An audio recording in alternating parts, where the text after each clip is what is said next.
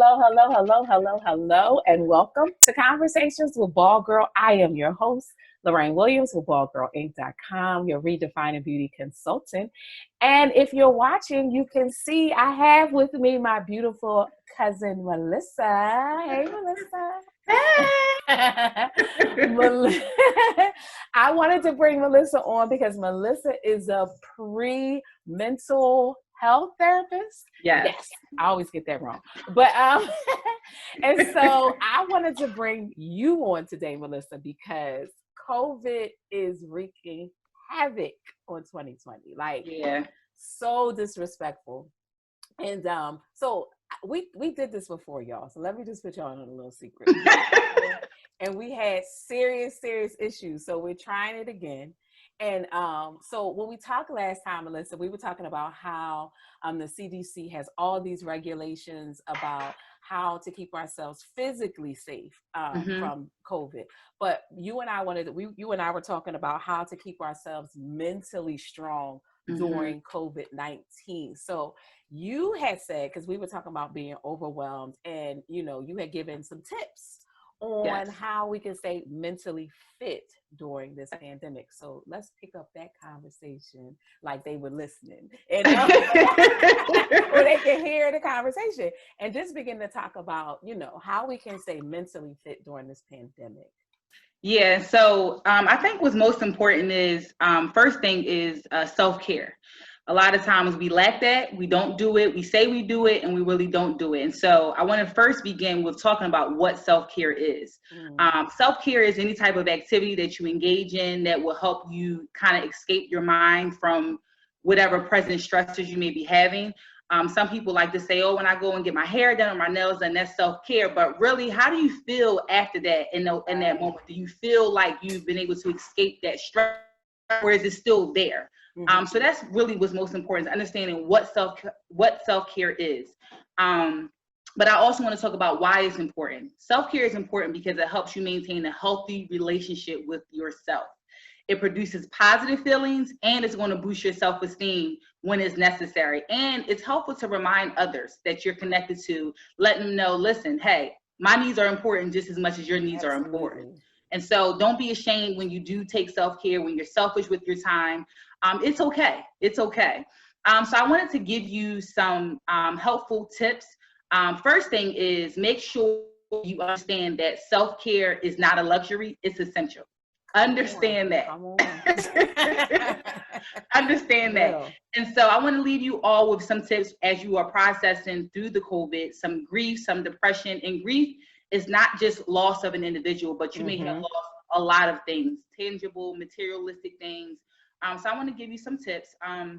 The first one is minimize watching, reading, or listening to news. That is like the number one thing. A lot of times we are listening to the news, and it can be very overwhelming when you're constantly hearing negativity every single day. I remember when this virus first started, all you heard every single day was the briefings and the number of people that were dying from it.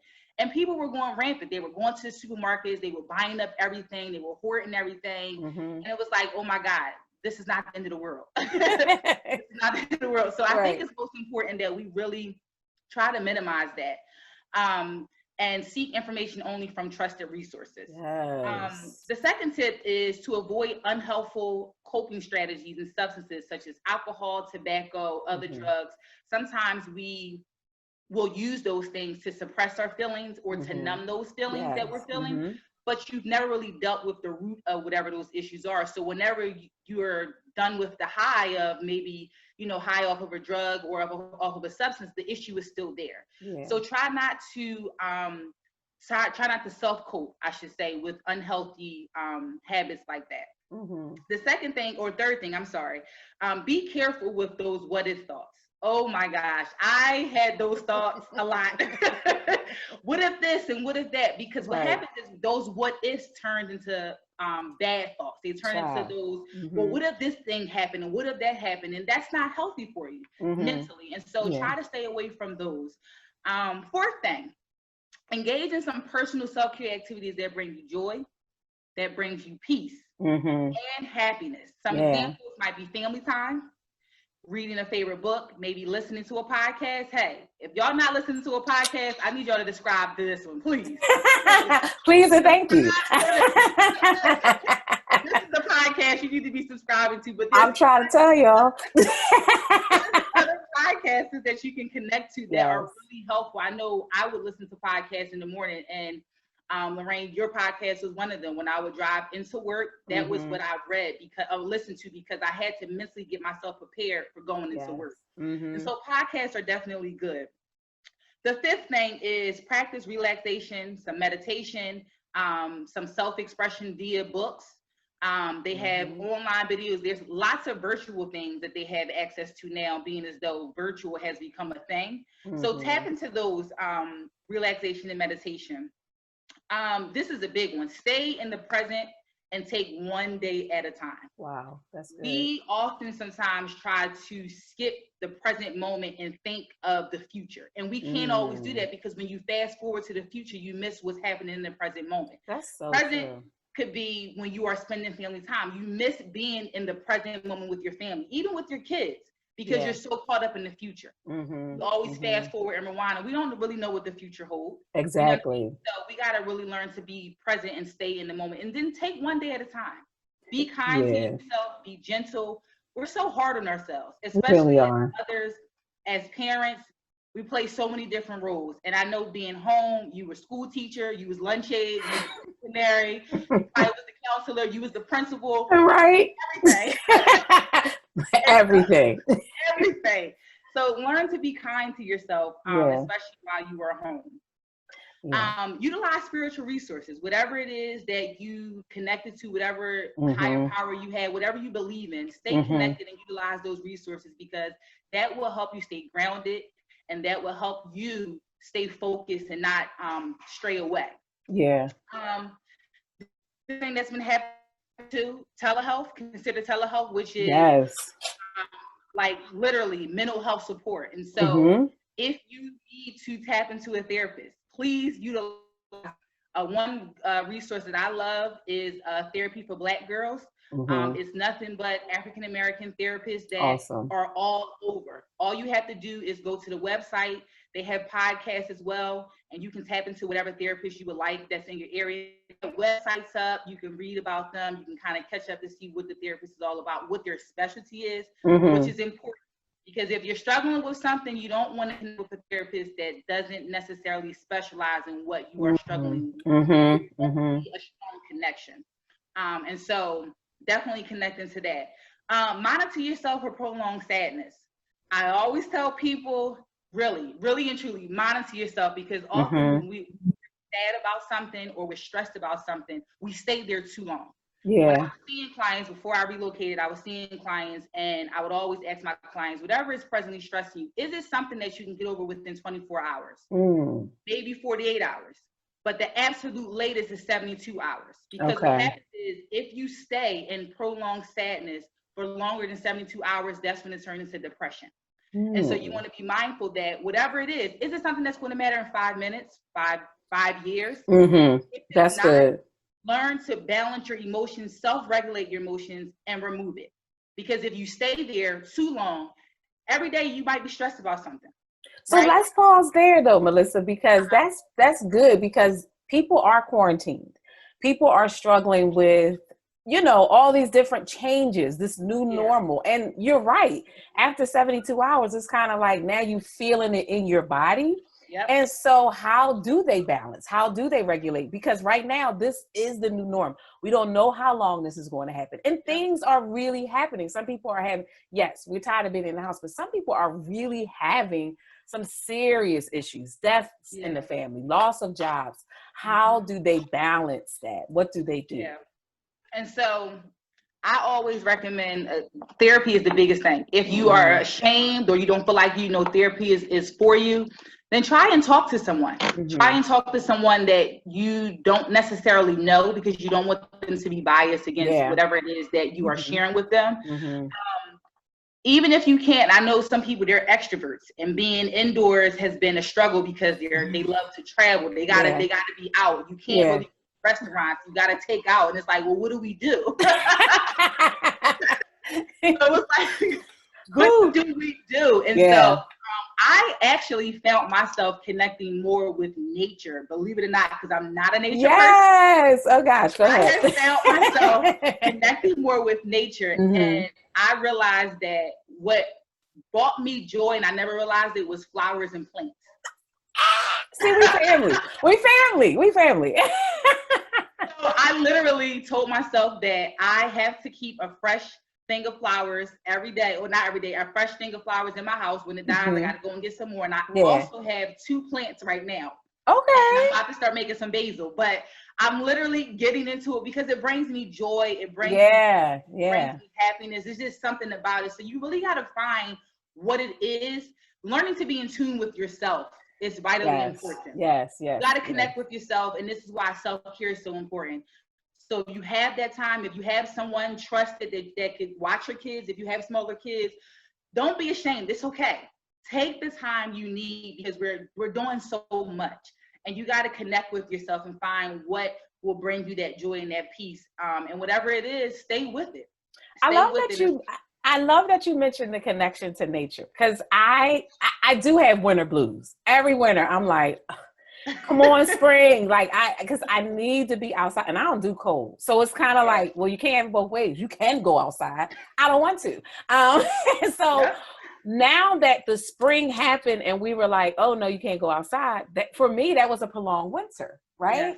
And I'm like, this is crazy. And so I too, Melissa, I was like, our previous house, hostas and mulch. Cause I'm like, who want to be out in the dirt?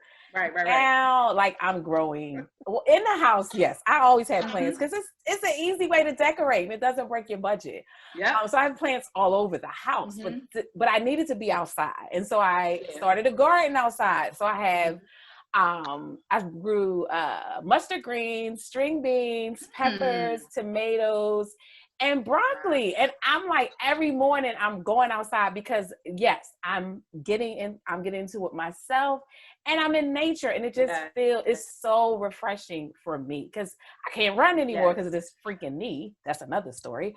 But but I can go outside and still feel, it's almost like you feel alive when you're in the dirt, and it's just so freeing. And like you said, though, you have to do the work to know who you are, what's good for you. And it's work. And I think that's part of the problem. We don't like doing work.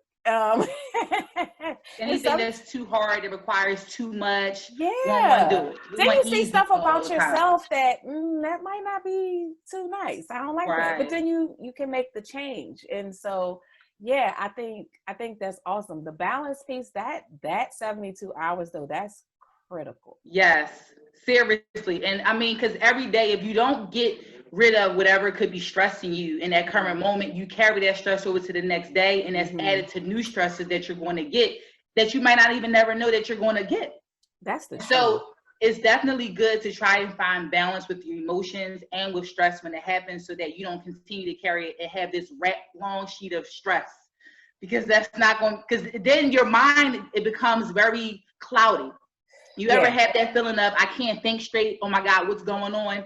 Let me tell y'all, journaling, if you don't journal, I highly encourage y'all to do that. It is so powerful. I always tell people, journaling, what it does is it frees your mind from whatever is up here. It allows you to put it on paper so that now your mind can gain new thoughts. So you can think straight.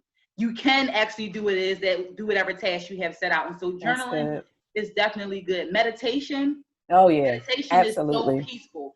I mean, meditation, literally playing some music, whatever your music choice is. If you have candles, maybe lighting some candles. Have lights to dim. Soaking that tub. Soaking in the tub. All of that's meditation. And that is really relaxing as well. And so, it's so much. Yoga. I'm not as flexible to do yoga. I'm not. But yoga is peace. It will bring you peace. So I hear. Yeah. Oh. We got a little bug. Technology is something, right? Yes. So wait, you know what I want to ask you though? Okay, so a person like myself, we set goals for the year. we set goals. And so COVID is like, get your goals up out of here, right? And so for me, that throws my balance off. Like, I'm like, no, I'm supposed to be here. I'm supposed to be doing this. And so like this year, next month, we celebrate 25 years of marriage. Yeah, it is. It's a big deal, right? And I'm like, we supposed to be on an island somewhere. We supposed to be. And Calvin like, we ain't going nowhere. And I'm like, dude, can we take a road trip? He like, I don't feel comfortable. COVID. I'm like, darn COVID. I have an anniversary. Put the mask on. We stayed in the car. Oh no. And he like, we're not gonna be able to do anything. And I'm like, deflated, right? And so, you know, I hear you saying like, you know, we can't 72 hours, Lorraine, 72 hours. Okay. I'm like on hour 110. Okay. I'm like, I journaled it. I prayed about it. I meditated. And yes, I know.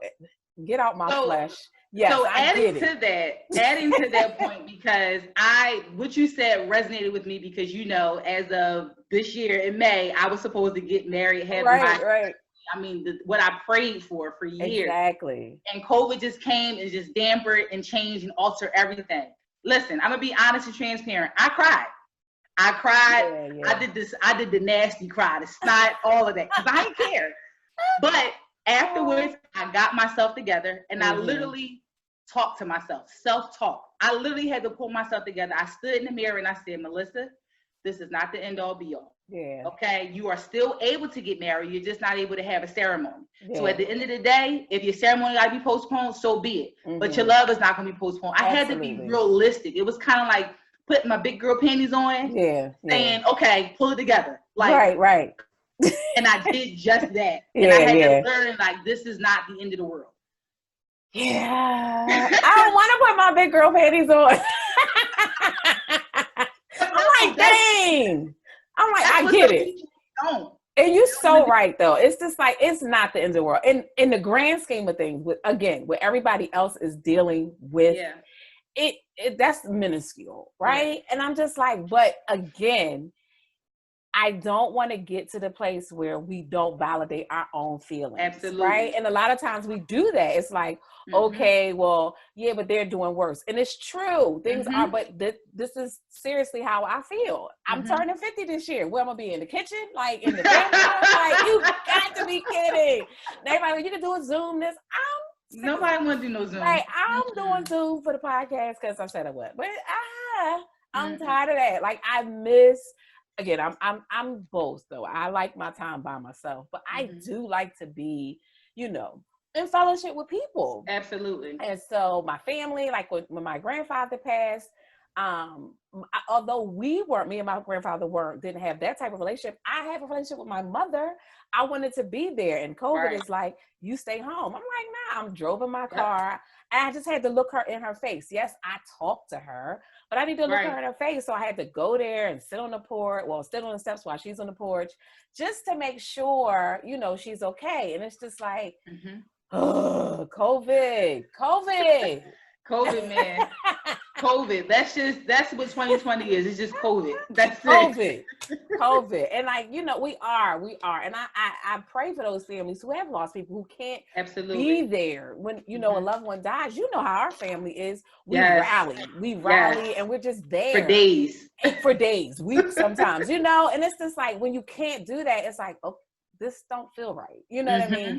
What do we do? And so those families that have loved ones and, you know, have to wait months to bury them and nobody can come, or don't have that even, just they passed by themselves. And it's just, to me, that's tragic. It's very devastating. And so, we have to have these mental, places or things that we can do to help ourselves. And that was why I needed you to come on, so that we can kind of just help each other. Absolutely. We need each other. That's the thing. Absolutely. And COVID has kind of did this whole separation piece. Yes, it has, you know, allowed us to see different things about ourselves, you know, that's all great. But we still have to stay connected. We do. We have to connect to each other. You good now? Oh, technology is really trying to. I know, because this is good information and it don't want to get out, but we putting it out. Okay. Absolutely. We putting it out. We Absolutely. vibing up all this stupid crap in Jesus' name. So wait, I want to add to the 72-hour rule. I always share with clients too that allow yourself the time that you need. Just don't unpack. Don't fully unpack your emotions, because if you unpack it, it's like you're staying there forever, you know, and you don't want to stay in that spot or in that space forever. So you want to unpack just enough that you're able to clear your mind from whatever it is that's stressing you, but don't fully unpack to the point that you stay there and you're staying down too long. Yeah. Another thing I wanted to touch on, Melissa, is so when they can't snap out of it, Melissa, we talked about, you touched on therapy, but it, you know, in our community, although it's better, it's so taboo for some people to talk to a therapist. I recently started going to a therapist, not because I just felt like I needed something else. Like this for me is like, I'm very much in tune with myself. And because I'm not feeling myself, I had to, you know, let me make a call, call a lifeline, something. And so for me, it works. But let's talk about why people don't go to, especially our community. Why is it so taboo? Especially, you know, our holier than thou, shabba Christians who don't think they can pray and go to therapy. Because I do both. I just believe that God has empowered others to use their power and ability to help me. So I go get the help and I pray, and he directs the rest. You know what I mean? And so let's free some of them. Okay. So I'm a definitely advocate for therapy, because listen, that's part of my livelihood. How about that? That is part of my income. However, our community specifically don't seek out therapy because it has been passed down from generation to generation to generation. I'm talking about ancestors' generation. Right. That you could just pray it away. You just go to God. You don't need to go see a therapist. And so it's been passed down to us from great grandparents that we don't need it. And literally just go to pray to God about it. And so we shun away from that. But also, when you go see a therapist, people automatically think you crazy. You take a medication. Exactly. No, a therapist doesn't prescribe you medication. Okay, let's set that straight. A therapist does not prescribe you medication. A psychiatrist does. Okay, I cannot prescribe anybody medication. I can say you might need to go see a psychiatrist, but the psychiatrist is the one that decides whether you need medication and what kind. But you also have the ability to reject it. Exactly. No one's shoving you, no one's grabbing you by your throat saying you got to take this. No one's doing that. That's totally up to you. But therapy is a way really to connect with yourself when you just can't connect with yourself. Right. You know, it's a way that helps you really, I like to say, connect the dots. You know, because there's some things that might not make sense to you, and talking to a family member is not always as helpful. And so if you connect that dot, you go see a therapist, someone who doesn't know your life, who doesn't know your story, and you share with them what's on your mind. And it can help you connect the pieces as to why this is happening, what's going on. Now, listen, as therapists, we're not experts of your life. We're not experts at all. You are your own expert. So what you share is what we help you connect with. Whatever you don't share, we can't help you with. But what's most important is that you do the work. Make sure you do the work after therapy. If you don't, hey, then it's therapy you want to feel is not working for you. So you have to do the work. You have to apply whatever the therapist is suggesting and telling you to do, so that you can really learn to heal from whatever issues you're dealing with, or for whatever it is that you went into therapy for. You got to do the work. And also, Melissa, you touched on the medication piece too. Some people actually do need medication. Absolutely. It's okay. I have a friend who actually takes something. I don't know what it is. She was very vocal, about it on Facebook, and she was telling people like, "Hey, I need this. It's you know, your brain is a bunch of chemicals. Things are happening, and there's an imbalance." Yes. And not that she was running around doing anything like you said, make you think she's crazy, but she knows herself, and she was on herself, and they prescribed something, and she said it helps her a lot. So I just wanted to put that in there, because some people assume that if you're on medication, you're crazy, and that's not the case. She's an attorney, she's doing well. And that's exactly. It doesn't have to be long term. It's really again, it's you putting in the work. So you are taking medication for a time frame. And what happens is psychiatrists, as you're going back, when they see that you're learning or that you're able to do better, they start to wean you off the medication. So that's why if you're taking medication, it's vitally good that you see a therapist too, because a therapist and a psychiatrist is kind of like they work hand in hand. Exactly. You find that balance and to cope, and so eventually you can get off the medication. So it doesn't have to be. And you take the therapy or you take the medicine in faith. Believe, you know what I mean? Faith without works. You're doing the work. You're taking the pill in faith that eventually you're gonna come off and the issue is done with. And so I just had to say that because you know how our people are. Anyway. Yeah. You know, because you know our family. Like what? Yeah. What they crazy? She can't go to God about. He know. I talked to him. Okay.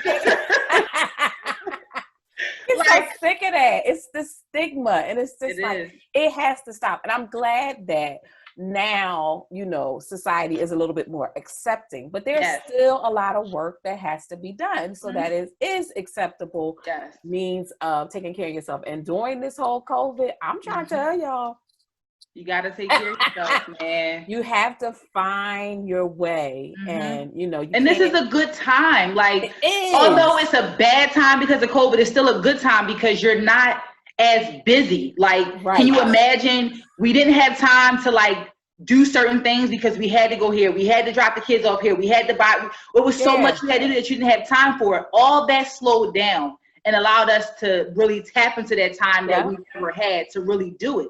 So it's a good time, but it's a bad time, but it's also a good time. So, and for some of us, this time has been like, whoa, wait, all that was happening because you're so busy. And now it's like, all you got is time. So deal with your stuff and, you know, take the necessary precautions. Again, you throw your mask on every day when you go outside or your shield or whatever you do to protect yourself physically. But we have to learn to protect ourselves mentally. You owe it to yourself. You are definitely worth it. So Melissa, if they want to get in touch with you, or have more questions or anything for you, how do they reach you? You can reach out to me via Instagram or Facebook. My Facebook is Melissa Burch. I'm an open book. Instagram is MEL. So that's the first 3 letters of my name _ SADE, Sade, like the singer. So it's Mel _ Sade. You can reach out to me on Instagram.